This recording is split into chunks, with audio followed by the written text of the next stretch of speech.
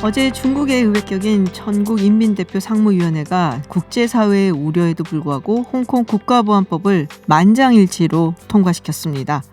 당장 어젯밤 11시부터 이 법이 시행된 가운데 홍콩이 반환된 지 23주년 되는 오늘 홍콩 독립이라는 깃발을 소지하던 남성이 홍콩 보안법에 따라 체포되기도 했는데요. 세계 각지에서 비판의 목소리가 나오는 가운데 미국은 홍콩에 대한 특별 지위를 박탈하겠다라고 밝혔습니다. 한국외대 국제지역연구센터장 맡고 계신 강준영 교수와 함께 홍콩 보안법 통과에 대한 자세한 이야기 나눠보도록 하겠습니다. 교수님 어서 오세요. 네, 안녕하세요.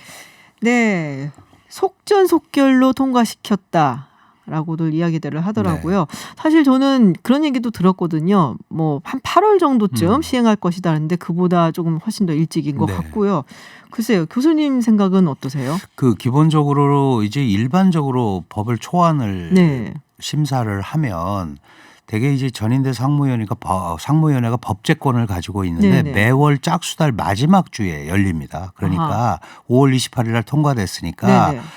6월 말, 8월 말, 10월 말 이렇게 가는 거고 중간에 회의를 열어서 그래도 한 8월쯤에 하지 않겠느냐라는 게 이제 8월. 일반적인 네. 시각이었어요. 그런데 지금 말씀하신 대로 이제 속전속결로 통과를 시켰는데 몇 가지 이유가 있을 것 같아요. 네. 이게 5월 28일 날 전인대에서 이 홍콩 보안법을 만들겠다라는 네. 결의를 통과시키고 나서 국제사회가 특히 뭐 미국이라든지 영국 이런 데가 상당히 이 부분에 대해서 이제 우려를 표명했단 그렇죠. 말이죠. 그러면서 점점 이 우려가 증폭이 되는 거예요.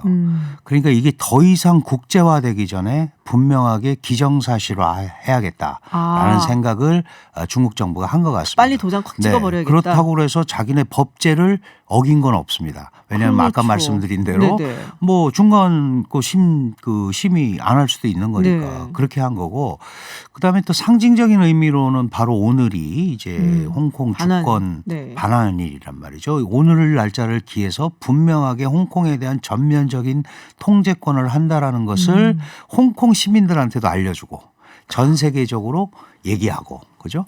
그다음에 또 하나가 이제 이게 점점 시간을 끌게 되면 무슨 문제가 생기냐면 9월 6일에 그 홍콩 의회 선거가 의회 있습니다. 선거.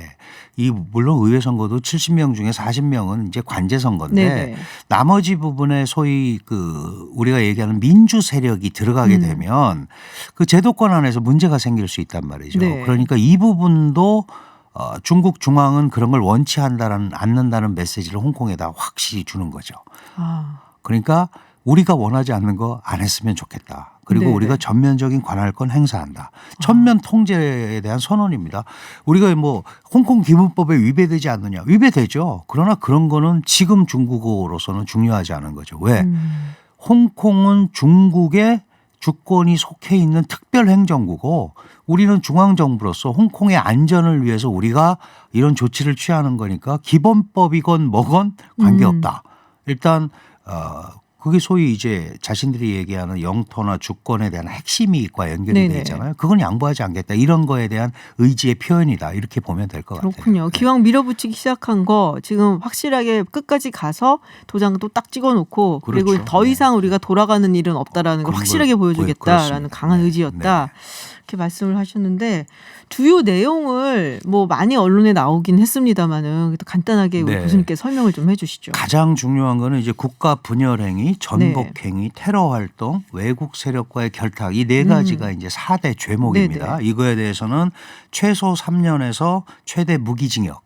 원래 우리가 10년이라고 이제 얘기했었는데요. 뭐 10년 얘기도 있었고 30년도 있었고 네. 마카오가 30년이라고. 예, 30년이에요. 기본법이. 그것도 원래 25년에서 좀 늘은 겁니다. 그런데 이 부분은 이미 많이 알려졌었어요. 네네. 그다음에 또 하나가 이제 사찰기구를 둘 거다. 네네네. 예, 그것도 이제 나왔는데요. 국가보안위원회, 안전위원회입니다. 이제 중국말로는 국가안전위원회를 중앙정부가 설치하고 홍콩 정부는 국가안전공서라는 거를 설치한다. 공서라는 거는 이제 우리로 치면 뭐 처쯤 되겠죠. 무슨 청쯤 되는 네네. 겁니다. 그리고 그 국가안전공서에는 우리 경찰청에 해당하는 경무처라는 데가 있어요. 네. 그다음에 법무부에 해당하는 율정사라는 데가 있습니다. 네. 이런 데마다 다 그 소위 안보 기구를 감찰 기구를 둔 거예요. 아. 그래서 이 감찰 기구에서 사찰한 거를 네. 안전공사에서 판단해서 중앙위원회에다 보고해서 지휘를 받는 체계입니다. 그런데 이 핵심이 뭐냐면 여기에서 죄목이 결정이 됐다. 네네. 그거는 법적으로 항소권이나 반박권이 없습니다. 에? 그게 이제 이게 악법이라는 거죠. 그러니까 예를 들어서 내가 왜 잡혀갖고 네. 그런 거에 대해서 여기서 딱 국가안전공사에서 결정을 하면 그냥 그걸로 법적으로 끝이에요? 이의를 제기할 방법이 없다. 재판도? 네. 아니 이제 재판은 하죠. 네. 그래서 이제 재판을 하는데 더 중요한 문제는 재판은 중요한 사건 애매하죠. 중요한 사건. 사건에 관해서는 중국 중앙법원이나 네. 검찰원이 지정할 수 있다. 이거는 홍콩 내부에서 하는 게 아닙니다. 중요한 사건은 중국 중앙에서 하겠다. 그리고 재판을 어디서 할 건지도 지명하게 돼 있습니다. 그러니까 북경에서 할 수도 있고 홍콩에서 해서 송환할 수도 있고 와. 이제 이런 부분들이 이게 지금 6개 조항의 66개, 6개 분야의 66개 조항인데 아주 세세하게 뭐 형량 이런 건 안 나와 있지만 네네. 이런 방법들이 나와 있어요. 특히 그 애매한 표현들이 있죠. 매우 심각한 사안에 대해서는 네. 중앙에서 기소권을 갖는다. 그럼 심각한 사안의 기준이 어디냐? 모르는 거죠. 그거가 어려운 거죠. 그러니까 홍콩에서는 이거 잘못 건드렸다가는 큰일 나겠다. 이렇게 그러네요. 되는 겁니다. 그래서 이번 법을 보면 어떻게 보면 무소불위고 네.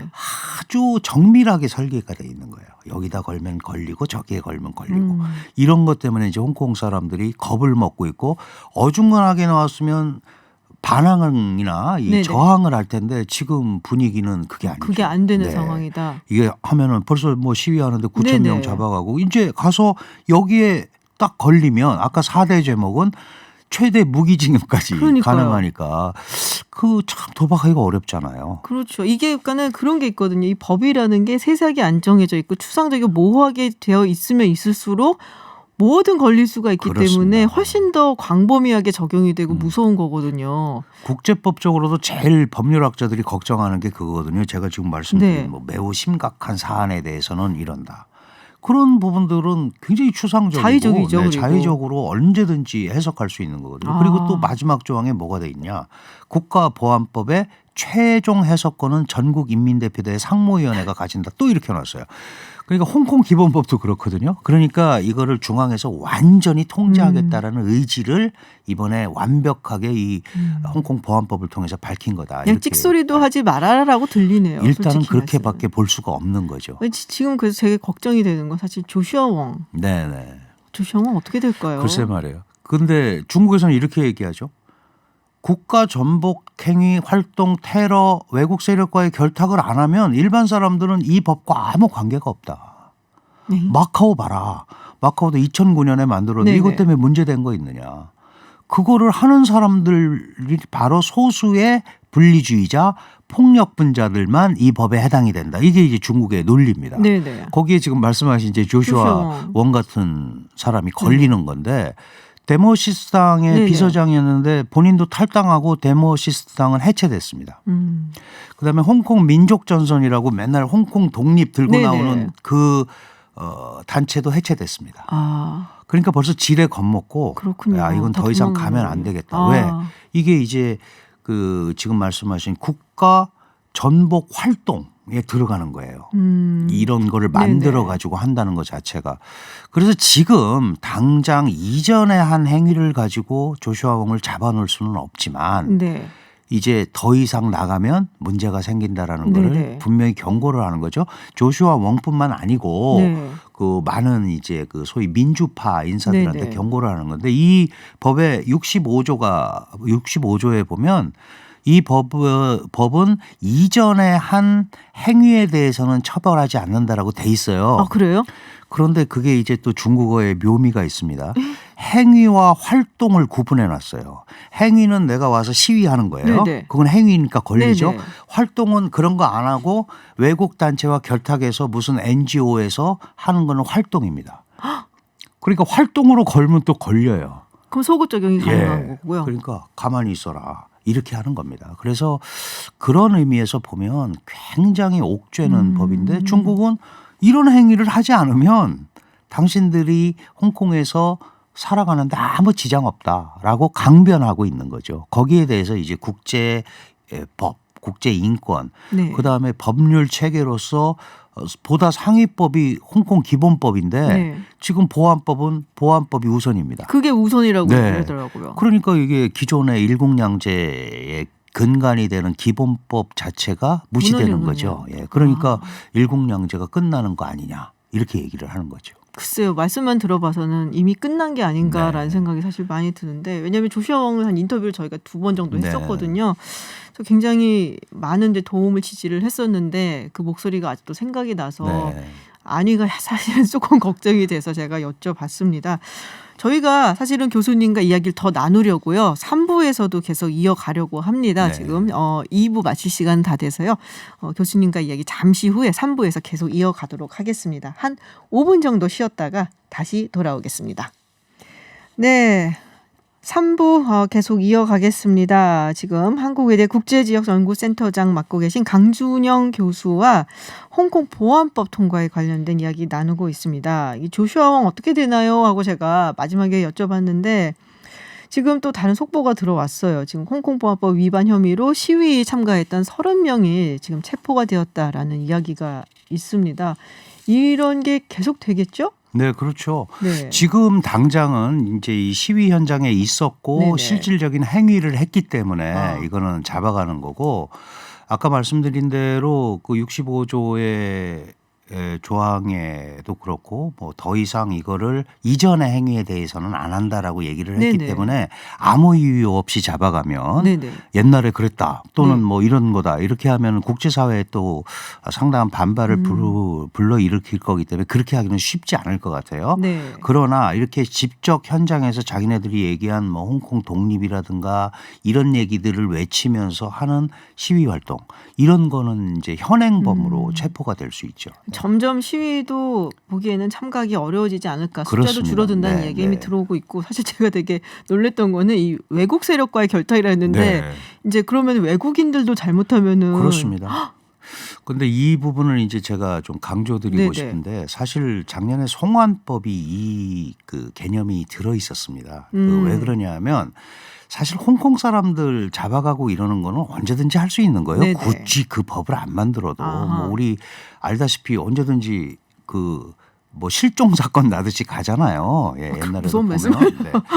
그 범죄인 인도 조례라는 네네. 게 송환법인데 중국은 홍콩의 서방 사회에 많은 정보기관들이 있고 그 네. 정보기관들이 홍콩 사회와 협력하면서 중국의 정보도 빼내고 중국을 압박하는 도구로 쓴다라는 생각을 하고 있습니다. 그렇기 때문에 이 송환법의 최종 목표는 중국에 위해한 행위를 하는 외국인도 다 그때부터 잡아가려는 생각을 갖고 있었던 거예요. 그런데 똑같은 겁니다.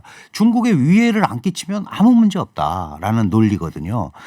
그래서 그런 것까지 거기에 들어있기 때문에 이제는 뭐 이 NGO 단체, 비정부 기구라든지 이런 기구에 대한 사찰이 굉장히 강화될 겁니다. 외국 기구라도요. 외국 기구라도 너희가 진짜 한목적적으로 여기에 설치하고 네. 존재하는 이유를 갖고 있느냐 아니면 다른 활동을 하느냐. 이제 정보기관들은 다른 이름으로 많이 네네. 나와 있잖아요. 이제 그런 것들 할 가능성이 있습니다. 그러다 보면 홍콩에 거주하지 않는 외국인들이 있잖아요. 네네. 예를 들어서 또 출장을 왔다가도 이제 속된 말로 잡힐 수 있는 거예요. 아 정말요? 네, 출장을 왔다가도. 물론 이제 그렇게 했다가는 정말 큰일 나는 국제사회에 정말 그게 생기겠지만 그런 조치들이 될 수 있는 기초를 네. 이번 홍콩 보안법에 아주 세밀하게 해놨다는 거. 그럼 제가 그게 무서운 여기서 거죠. 시진핑 주석 곰돌이 푸 닮았어요. 그러면 홍콩 가면 안 되는 건가요? 뭐 그 정도 가지고는 안 하겠죠. 네. 이제 국가 위에 테러 전복 뭐 그거는 아니니까. 네네. 근데 홍콩의 민주화 어쩌고 뭐 이런 얘기하고 이러면 안 그래서 되겠군요. 예를 들어서 외국 세력과의 결탁이라는 건 주로 이제 미국을 얘기하는 거잖아요. 네, 우리가 그렇죠. 작년에 송환법 시위할 때 이 조슈아 웡이라든지 이런 친구들이 미국 영사를 만나는 그런 왜 그 사진 같은 네네. 것들도 노출되고 그러지 않았습니까? 그러니까 중국은 이들 뒤에는 분명히 다른 세력이 있다라는 거를 생각을 하고 있는 거고 그 고리를 확실히 끊겠다 하는 것들이 지금 이제 말씀드린 외국인들 네네. 뭐 NGO 단체들 이런 데 대한 사찰이 강화되는 거고 그러면 자연스럽게 언론 네네. 통제 이런 것도 강화될 수밖에 없죠. 그렇군요. 홍콩이 거의 이제 고립되다시피 한다라고 생각이 드는데 자 이제 미국이 사실 그 얘기를 했단 말이에요. 홍콩에 대한 특별지위를 박탈하겠다.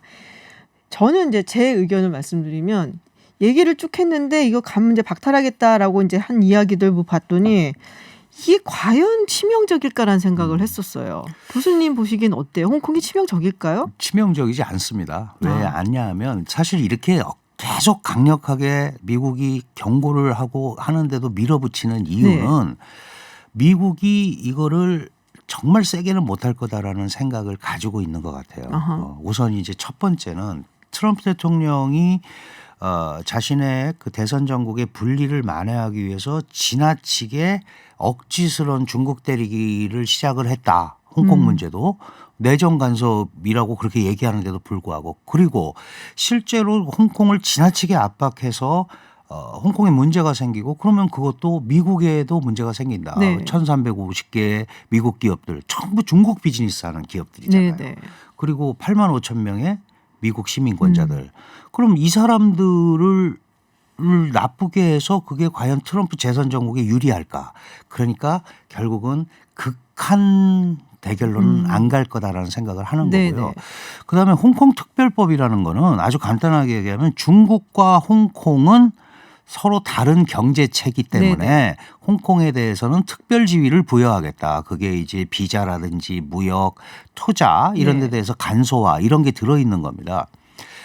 이거는 뭐 한 번에 없앤다고 그래서 없어지는 게 아니죠. 이제 추가적인 조치들을 할 건데 이 정도 가지고 뭐 홍콩이 완전히 무너지거나 이러기는 어렵습니다. 다만 장기적으로 이 문제가 생길 수는 있죠. 특히 제일 걱정이 뭐 홍콩을 통한 교역 이런 것도 그렇지만 홍콩이 가지고 있는 국제 금융 시장, 세계 4, 5대 시장으로서의 위상. 그다음에 여전히 중국에 들어오는 자본의 60%가 홍콩 시스템을 이용하고 중국의 대외 투자의 70%가 홍콩 시스템을 이용합니다. 이제 여기에 타격이 오면 큰일이거든요. 그러면 많은 분들이 엑소더스가 일어날 거다. 그런데 다 중국 비즈니스 하는데 과연 그게 쉽게 떠나지겠느냐. 중국 비즈니스를 포기하면 모를까. 중국이랑 하려면 그게 쉽지 않을 거다. 그래서 아이러니하게도 어제 홍콩 보안법 얘기가 나오고 막 이런데도 금융시장이 별로 동요를 안 하잖아요. 아, 그러네요. 그죠. 예, 홍콩 증시도 그렇고 우리 증시도 그렇고 어려워지는 건 분명하지만 이 이상의 예를 들어서 지금 뭐 상무부에서 얘기하는 거 군사 장비 안 보내겠다. 그다음에 상용과 군용으로 같이 쓸 수 있는 거 애매한 것들 안 하겠다.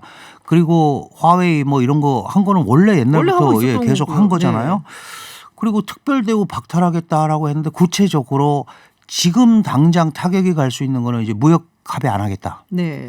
그러면 무역 합의 안 하면 250조를 미국 농산물과 그 에너지를 사주기로 한 게 없어지지 안 되잖아요. 그럼 그게 트럼프한테 좋을 게 있겠느냐. 그러니까 1월에 해놓은 건 놔두고 더 이상은 안 하겠다는 게 아닌가. 그런 식의 지금 이제 흐름으로 본다면 양쪽이 상황을 좀 관리하고 있는 생각도 들어요. 드는데 어쨌든 이 상황에서 제일 안타까운 거는 이제 홍콩이죠. 홍콩 가운데 끼어서 이러지도 못하고 저러지도 못하고 있는데 지금 김 박사님 말씀하신 대로 지금 상황에서는 그다음에 조치 검토 뭐 이런 얘기가 나오고 있고 구체적인 거는 지금 당장은 없다. 기존에 하는 그런 정도니까 좀 지켜보는 관망하는 그런 상황인 것 같습니다. 그렇군요. 자, 마지막 질문이 제가 사실은 제일 궁금한 건데요. 대만에 어떤 영향을 미칠까요? 대만이 상당한 영향을 받습니다. 지금 예를 들어서 이제 사무소 그러니까 홍콩 사람들이 정치적 압박을 피해서 오면은 서비스 해주겠다 이런 이제 사실 홍콩 사무소 같은 것도 만들었어요. 지금 대만 내부에서도 제가 대만 언론을 뒤져보니까 막 또 지금 설전이 붙었습니다. 그 사람들 난민지위를 부여할 거냐 그러면 그러면 앞으로 중국에서 넘어오는 사람들은 어떻게 할 거냐. 난민이면 정치적 압박을 피해서 오는 건데 이거 너무 애매하다. 이거 결국은 또 파퓰리즘 아니냐. 뭐 이제 이런 얘기를 합니다. 사실은 이게 그 홍콩 보안법을 이렇게 신속히 처리하고 미국의 압박에도 불구하고 이렇게 만드는 거는 대만에 대한 경고 경고가 조치인가요? 확실히 있습니다. 왜냐하면 트럼프 대통령이 대만을 이렇게 지원하면서 그렇죠. 중국을 압박하잖아요. 그러니까 미국과 관계없이 우리가 대만을 직접 1대1로 상대할 수 있다라는 메시지를 보내주는 거예요. 그러니까 지금 이제 대만의 일부 소위 대만적 입장에서 보수 네. 이 학자들은 미국이 대만을 위해서 싸워줄 거라는 생각을 하지 버려라. 말아라. 아하. 그런 얘기가 지금 나오고 있어요. 그러니까 네. 지금 대만 내부에서도 상당히 복잡하고 실제로 이런 일이 벌어지면 중국의 또 다른 압박이 시작이 되겠죠. 네네. 압박이 시작이 될 텐데 지금 이제 그 부분에서 그럼 어디까지 우리를 미국이 컨트롤을 보호해줄 해줄 것인가. 거냐. 여기에 대해서는 이제 지금 아주 설왕설래가 있는 그런 상황입니다. 굉장히 대만도 굉장히 불안하지 어렵습니다. 않을까라는 네. 생각이 듭니다. 네, 오늘 홍콩 보안법 통과에 따른 여러 가지 영향에 대해서 한번 살펴봤습니다. 네, 지금까지 강준영 한국외대 국제지역연구센터장 함께하셨습니다. 오늘 고맙습니다. 감사합니다.